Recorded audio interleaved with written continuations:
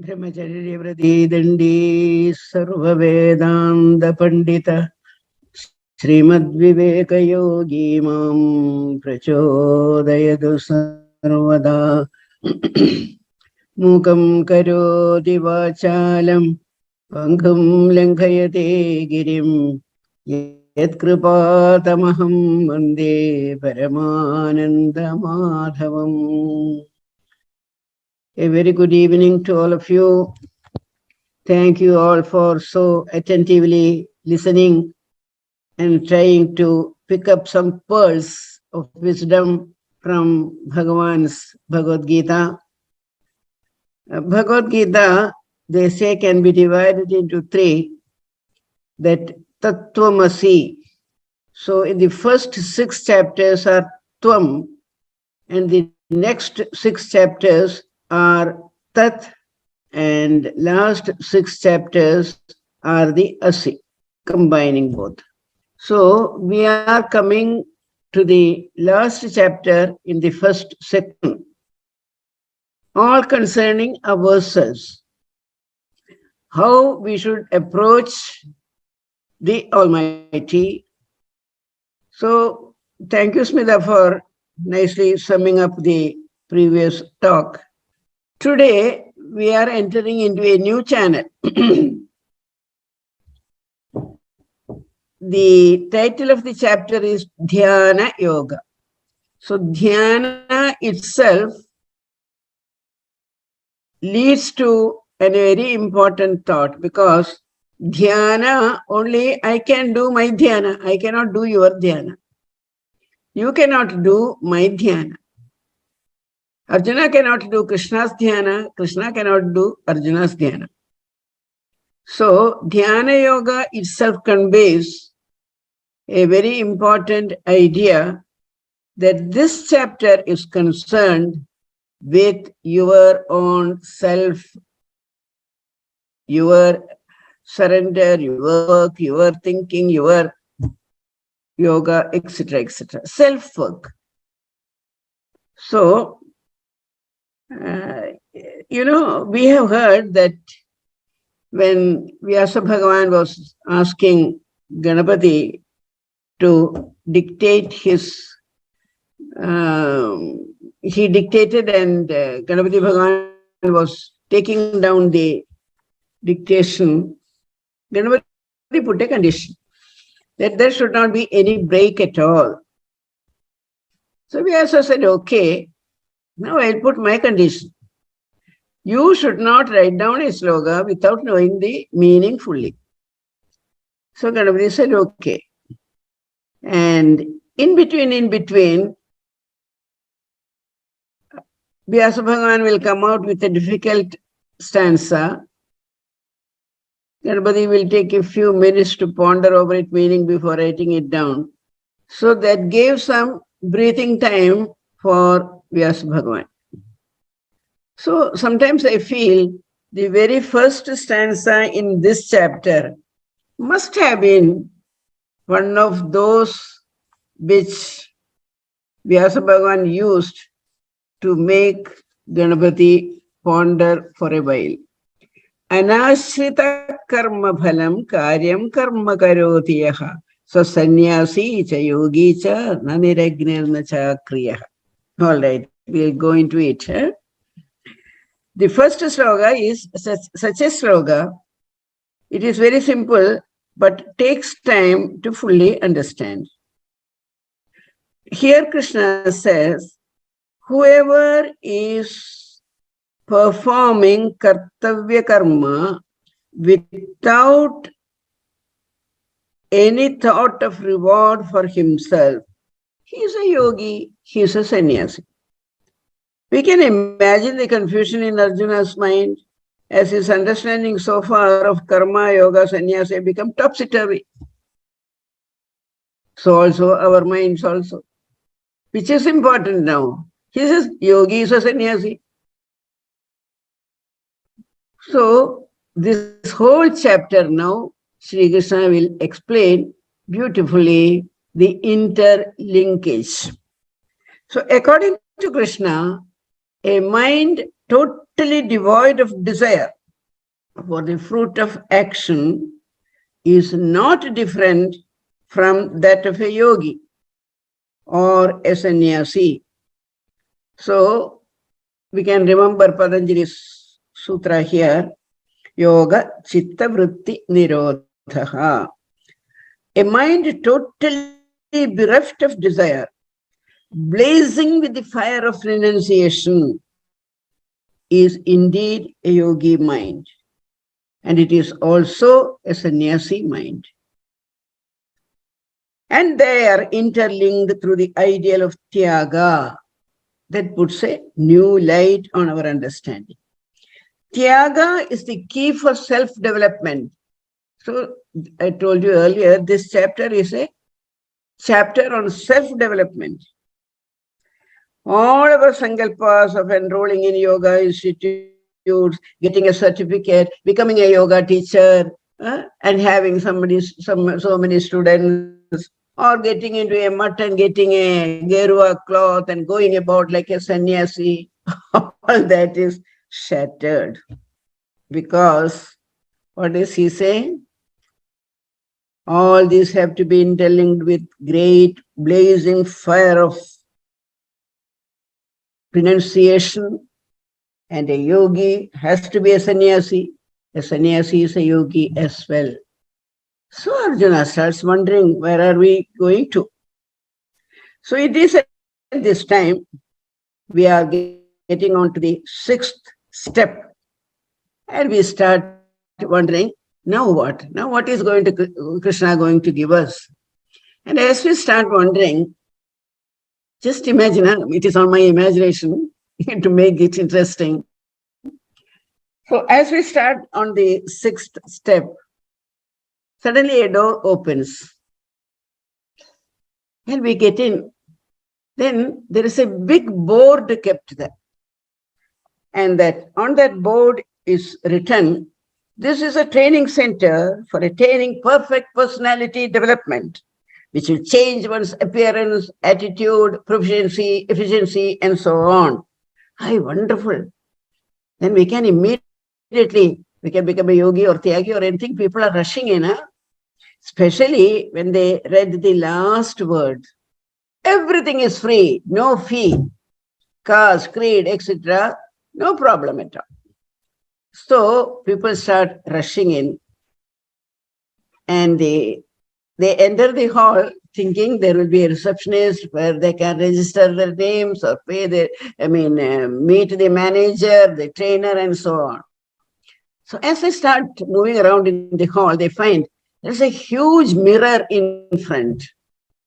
And they start looking into the mirror, they see themselves. And then on the mirror comes a message. What is the message?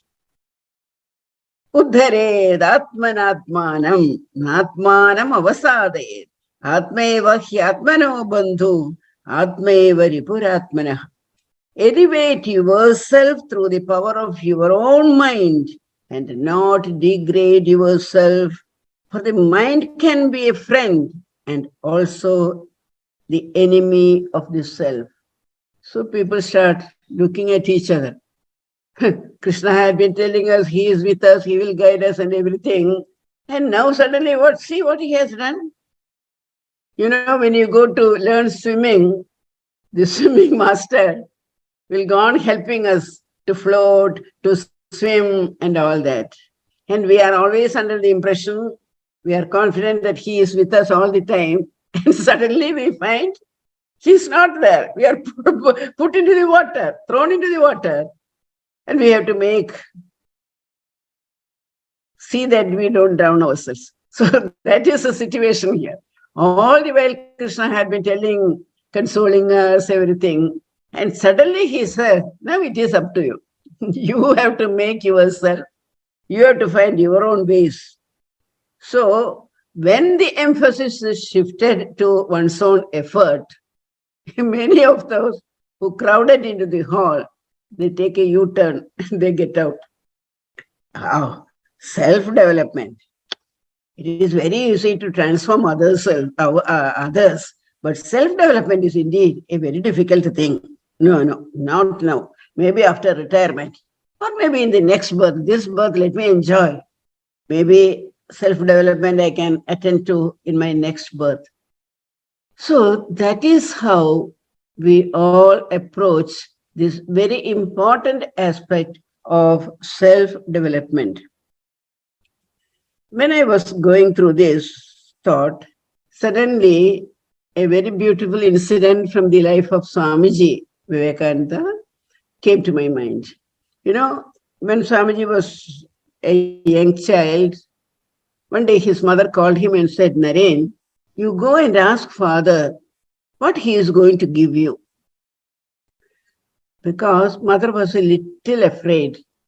He earns a lot of money, but it spends all of it on relatives, friends, dependents, and so on. And what is he going to store for his children?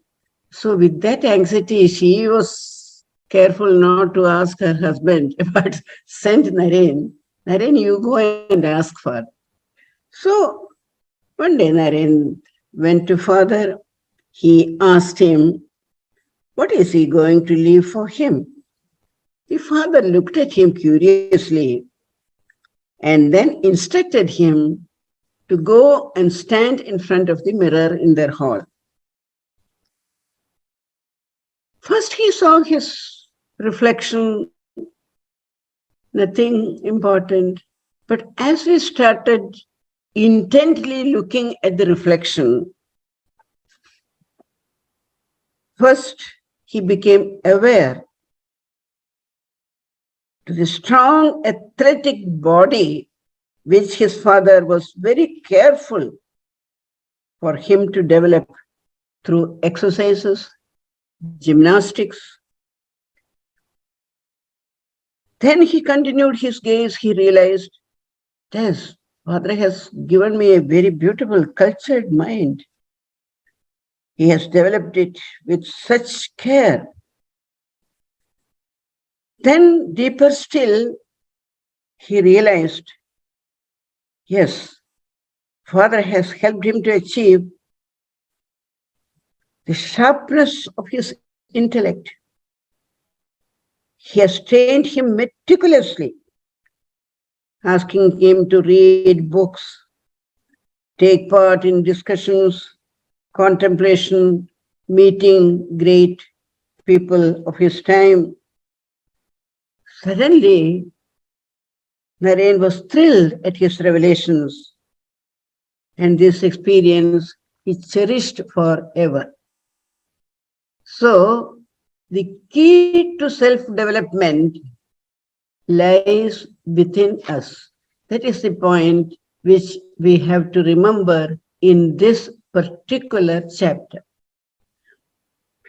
Sri Krishna, like Naren's father, through all the 4 or 5 chapters we have finished, he was helping us to expand our mind, sharpen our intellect, so that our mirror images will not deter us from this call of spirit within. It will help us only in the journey to enlightenment. Here is a great lesson for all of us. So, we may think, why Krishna gave us all these 4 or 5 discourses and then ask us to take this jump of self and self practice. So that is why many people turned away, but Krishna has ignited in us who were watching the Krishna Arjuna Samvada. We have ourselves lighted in our hearts a small lamp. And because of that, when many people turn away from entering the portals of Bhagavad Gita, we have decided to stick on. So, we have to remain here, and this self-transformation can take place only in an Amrit parivar. That is where Amrit parivar comes into our focus. Father and mother are the directors who should take care to train and discipline their children to achieve Amritatva and expand their minds, then to find themselves reflected in the universe, as emphasized in the previous talk by Sri Krishna, Sarva Bhutatma Bhutatma. I hope you remember that word. It should be kept as a gem of our contemplation, Sarva Bhutatma Bhutatma. To what extent, Smita was reminding you, Abhinna Chakshusha, with no otherness in our mind, how we can interact, let us say, with people, with nature, with everything in this universe. What a wonderful achievement it will be. So, here Krishna reminds of that. The world around is a great mirrur. You know, Dakshinamurti Stotra starts Vishwam Darpana Drishyamana Nagar. The experiences we have, the interactions we have, they are all helping us to chisel our personality. What has gone wrong? Where am I right? How I should improve? Here we can remember the story of Dattatreya. Dattatreya found in everything around some teacher who was adding to his knowledge of practical spirituality. So everybody, 24 gurus, that is how it is said, in the great Mahabhagavata. So we stand here, we are ready now to take the lessons of Sri Krishna, but still in our mind there is a small doubt why all this he should have discussed with us earlier, karma, so much of karma, sannyasa, tyaga, everything he has been telling us. Where was the need for that? So we must remember that these were all necessary. These ingredients of character formation or steps to realization are absolutely necessary for us to move onward and forward. If we had not gone through that, but read this stanza, Uddhare Atmanatmanam, probably we should have taken a stool or a chair and standing upon it, we must have told ourselves, yes, Uddhare Atmanatmanam. Now that because we have gone through this, we know a training of our mind is very, very necessary. Training of our body, mind, and intellect is necessary for real personality development. And now we are ready. Yes, what Krishna did was good. All the 5 chapters he has given us enough directions, and we can now start our journey onward and forward. So when Krishna feels we are ready, or rather when we say we, in front of him, our representative is there, Arjuna is ready. Krishna says, okay, Arjuna, now we will start. And for the first time, we find in Bhagavad Gita, there is a workshop on self-development.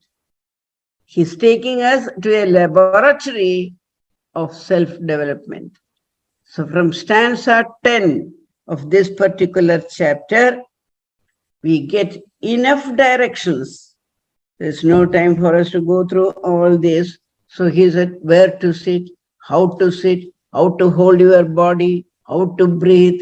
All this he teaches us. And he says what food to eat, what food not to eat, what should be your play, what should be your hours of sleep. We will be surprised at all those details which we should be careful about before we take the next step. So this is Tvam. Now we have to enter from 7th chapter, we are entering into the Tat. So before we take our next step, earlier I told you we have to get rid of our luggage. luggage of egoism, luggage of attachment and all that. Now from here onwards, what is important is how much self-effort you are going to put. Are you going to lead a disciplined life? Are you going to get up early, take yoga, take pranayama? You are going to take exercises regularly without any break. All these have been taught by Sri Krishna. So I call it as the workshop of the Bhagavad Gita. The workshop where this self-development has been arranged. Because if there is a lack of discipline, as Krishna says in the Sada, our own mind will become our enemy. It cannot help us. So we have to be very, very careful in that. So the sixth chapter upholds the model for self-transformation. Directions are given, as I said, very beautiful stanzas, Yukta hara viharasya, yukta swapnavabodhasya, all that we hear so many times, how you have to be very, very careful, very moderate in your food, habits, everything. So a very, very, just like a teacher will take care of his students' development, in the same way, Krishna gives us, but never forgetting to remind us off and on, Sarvam Brahmamayam. All this we have to do because finally we have to realize that the whole universe is nothing but Brahma. Sri Krishna, as he gives this, we have to be, we must have something in our mind to keep as an example of this self-development. Our Upanishads, etc., they are very, very careful to give us beautiful upamas or similes by which we can contemplate on this advices. So some such beautiful simile in this context which we can remember. Many of us who have read the Katha Upanishad must be remembering that wonderful illustration which Yama puts before Nachiketa. And I'm sure all of you know the story of Nachiketa, how Nachiketa, the 7-year-old boy, goes to the father. He felt the father was going not in the right way in distributing the cows. So he asked him, to whom are you going to give me? 2-3 times he asked. Father, in a sort of angry mood, told him, to Yama I am going to give you. So he goes to Yama and stood there 3 days without sitting down, taking any food or anything like that. Yama was not there. He was not in town. So when Yama comes, people tell him, look, a Tejasvi boy is standing, waiting for you. Please go and appease him. Because we should not allow a guest to remain like that. Here is a very beautiful lesson for us. If you keep a guest unsatisfied, I believe our Nirmalanandagiri Swami used to tell us, he has the capacity to absorb your goodness from you. The good credit which is there in your fixed deposit in your bank of Chitragupta, he has the capacity to withdraw that. Just as now we are having, without our knowledge, the cyber thieves can take away our deposits. In the same way, an Aditi who is not properly taken care of has the capacity to absorb all our good karma bhalas. So we have to be very, very careful. So immediately Yama came rushing, offering him Arghyapadya, etc., and said, what can I do for you? because you are standing here, let me start on my own. I would like to give you a minimum of 3 boons. That is the minimum I can give you. You are a young child. What would you like to have, young son? He said, very good. When I go back to earth from this Mrityu-loka, no, normally what will happen? People who return from the Mrityu-loka, we call them Preta, Pishacha and all that, and we get very much worried about it, So he says, when I go back to my father should not get upset. He should receive me with all the affection and understanding. As though nothing has happened. Tathastu. Then what more you want? The people on the earth, they want to achieve so many things in Swarga level. So, teach me some very good yajna by which people can do it and raise themselves for heavenly life. Okay, that also I grant. I will give you a bonus also. What is that bonus? This particular yajna will be named after you. Nachiketa yajna. Okay. Now what more do you want? Ask for the 3rd boon. Then comes the best in Nachiketa, and for the sake of all of us, Hindus who are concerned about the immortality, the amaratva, the amritatva, Yama comes out with his very grand talk on Upanishad. But before this, he tries again to tempt the little child. Nachiketa, you are asking for the impossible. This great knowledge, it cannot be so easily given. No, I want it. I will give you a lot of dolls to play with, lot of chariots, women, anything you want, you say, I will give you. No, I don't want anything. And this story is important for us in another way because this is Shraddha with which Nachiketa insisted on extracting from Yama this knowledge. Swamiji had been always reminding us, Nachiketa's Shraddha, Shraddha of Nachiketas. And that is what we Hindus have loved. If somebody says, why do you want to know about immortality? Why do you want to know about Amritha parivar? I will give you an Amrita-like house or a deposit which will be like Amrita with you. Yes, that is enough for us. We are not bothered about Amrita parivar, isn't it? But here, this boy insisted, nothing doing. Very beautiful struggle is there. He says, all these playthings and all, oh Yama, you keep for yourself. I don't want all this.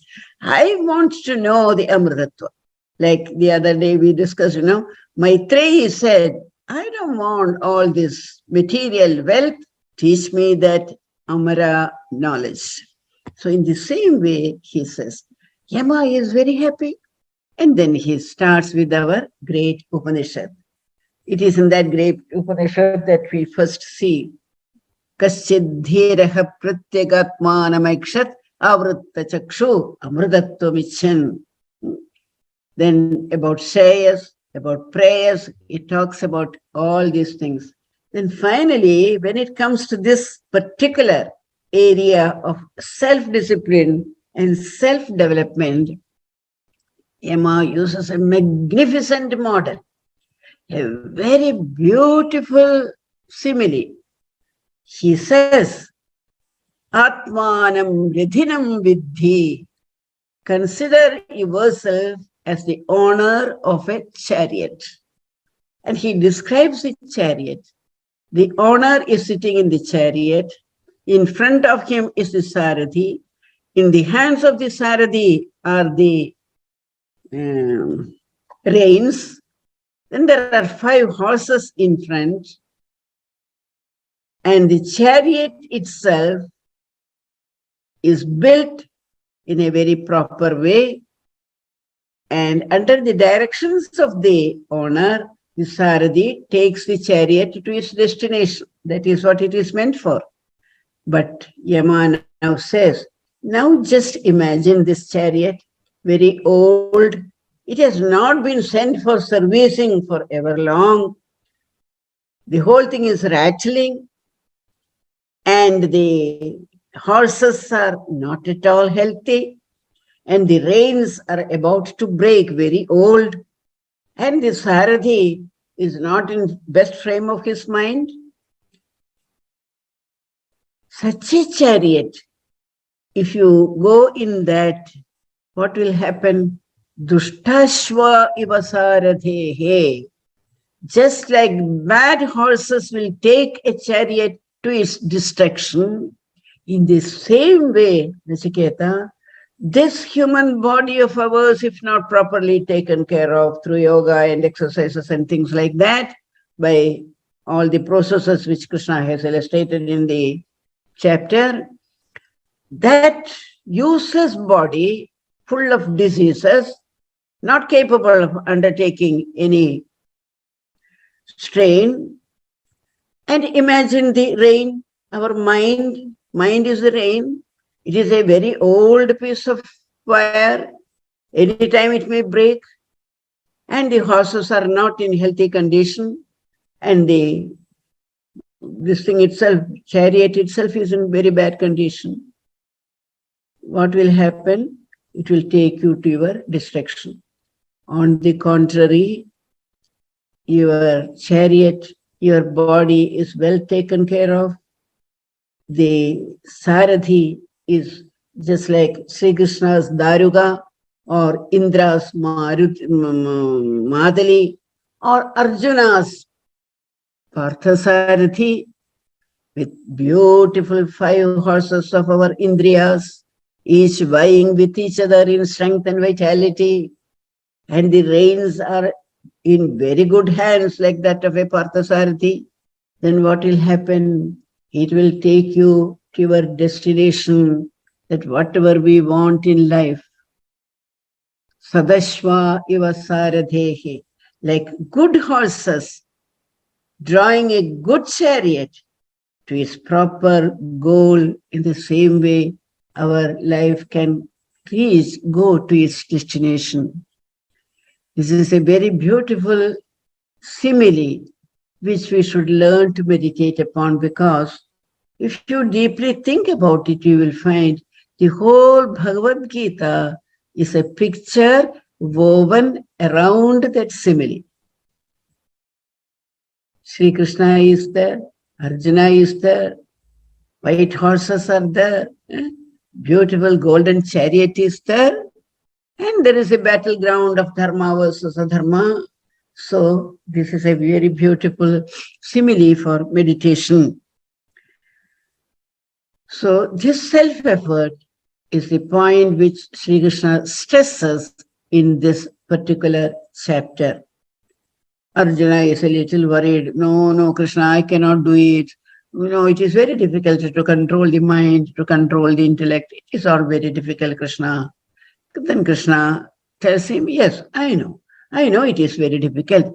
But if you want a good life, you must learn discipline. Your self-effort is very important.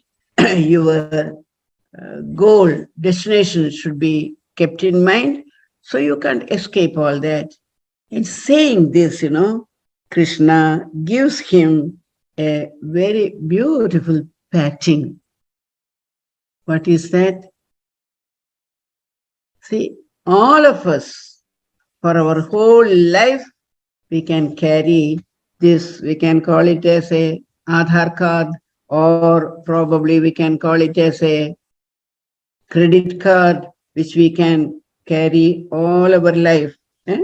Sri Krishna, towards the end of the chapter, to console Arjuna, to console all of us, he comes out with a very wonderful credit card or Aadhaar card, or what we can say, which is valid not only in this one birth. When Krishna gives a credit card, it is valid throughout the birth, provided we act according to his direction.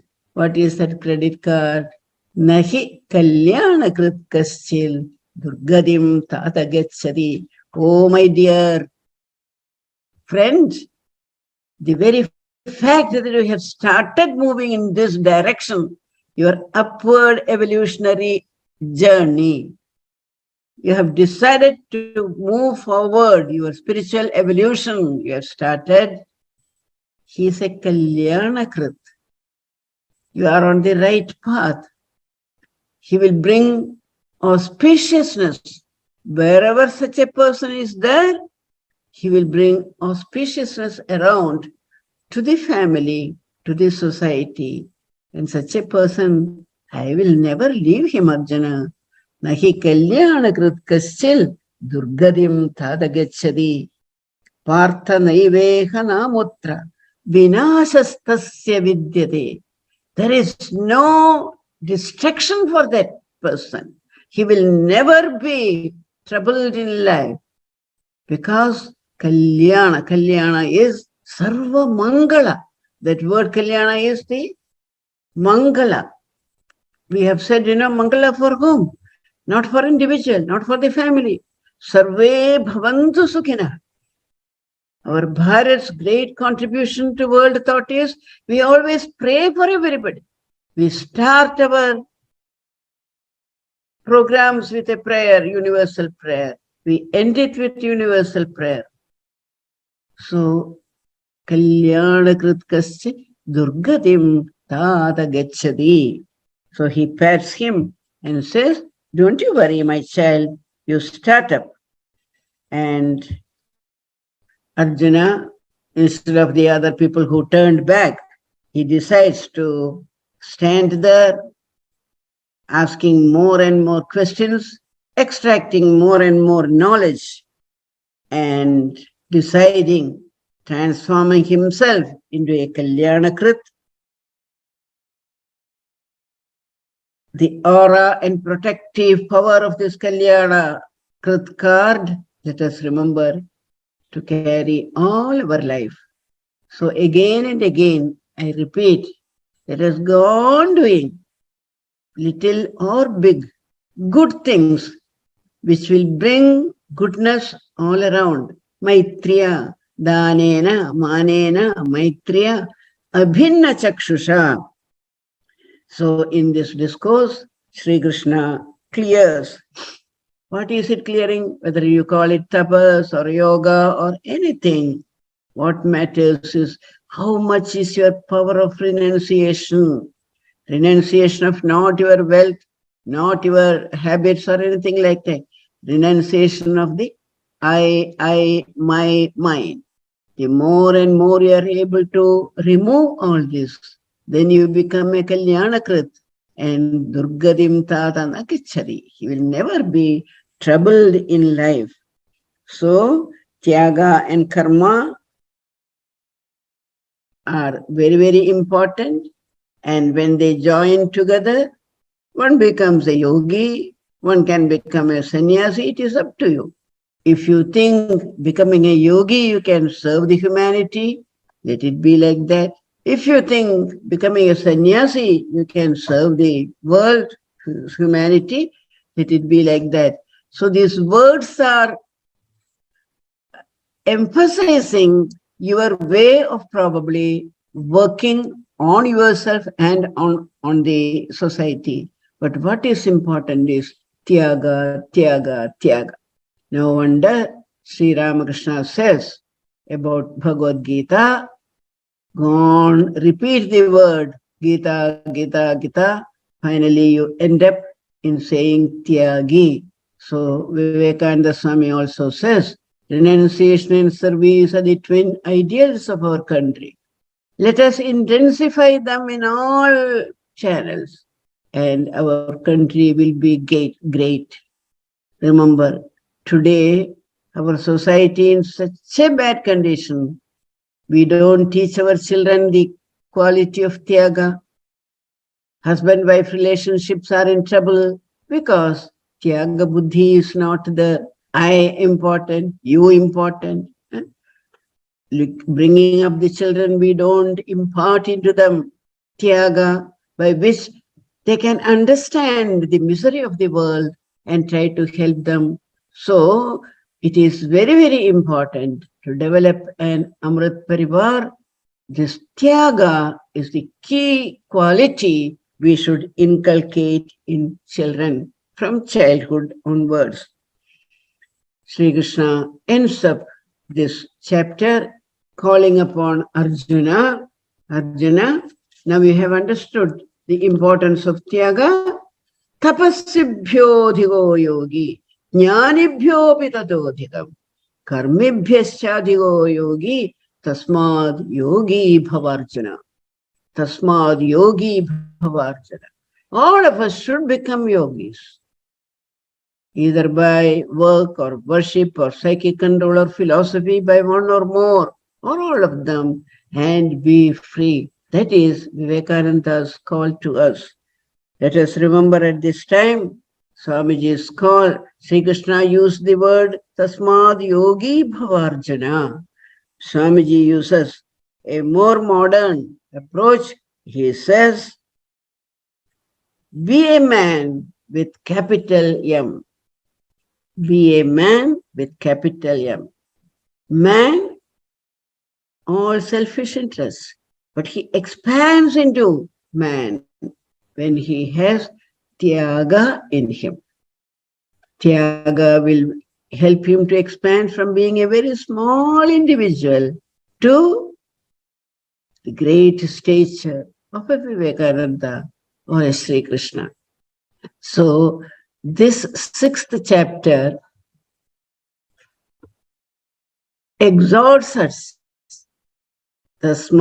Two things we have to remember, very, very important in our mind. I remember telling you we have to pick up some pearls of wisdom from every chapter and keep them together. At the end of our 18th chapter, we will put them all together into a Bhagavad Gita Japamala.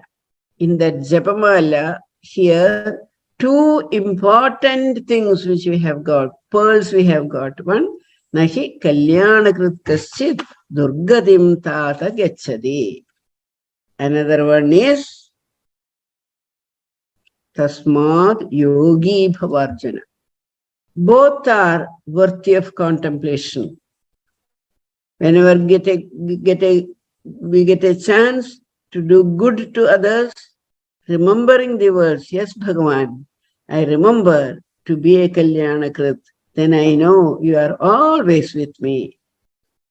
Then, when we have to serve the society, selflessly, do our work in a masterly way, let us remember Tasmad Yogi Bhavarjana. I cannot do work in a sluggish, sloppy way because Krishna tells me to become a yogi in our work. So such two beautiful expressions, Kalyanakrit and Yogi. Kalyanakrit definitely will become a yogi, and yogi will always be a Kalyanakrit. So with this beautiful thought, we will conclude this first section of the Bhagavad Gita, where Krishna gives us a lot of knowledge regarding Tat. In the next Tvam, our individuals, as individuals where we stand, what all we have to acquire, what is a sort of knowledge, type of work, type of renunciation, all those have been taught very, very beautifully. And as I said, after we listen to this lecture, we must make it a point to read these stanzas once again and absorb the meaning. Maybe for some of you, listening to English may be not so very convenient. For some, it will be listening in our own mother tongue, it will be more understandable. So we all have Gita in a number of translations, so we can read them and chew within our mind. Nahi kalyanakrit kaschil durgadim tada gacchati tasmad yogi bhavarjana. So with these two beautiful pearls of wisdom, offering it to our Swamiji's feet and Sri Krishna's feet, I conclude this 6th chapter, 7th discourse of this 6th chapter, isn't it? So from Next Wednesday, we'll go to the more important Tvam. Tvam over Tat. We shift to the emphasis is shifting to Tat. Tat Tvamasi. So Tat will be the main topic of discussion. That is important because every parivar is revolving around one truth, When the whole universe is revolving around that one truth of Parabrahma, we can't avoid knowing about it something or other. So from next week, we will take up that discussion. Thank you so much for listening and trying to absorb Sri Krishna's words.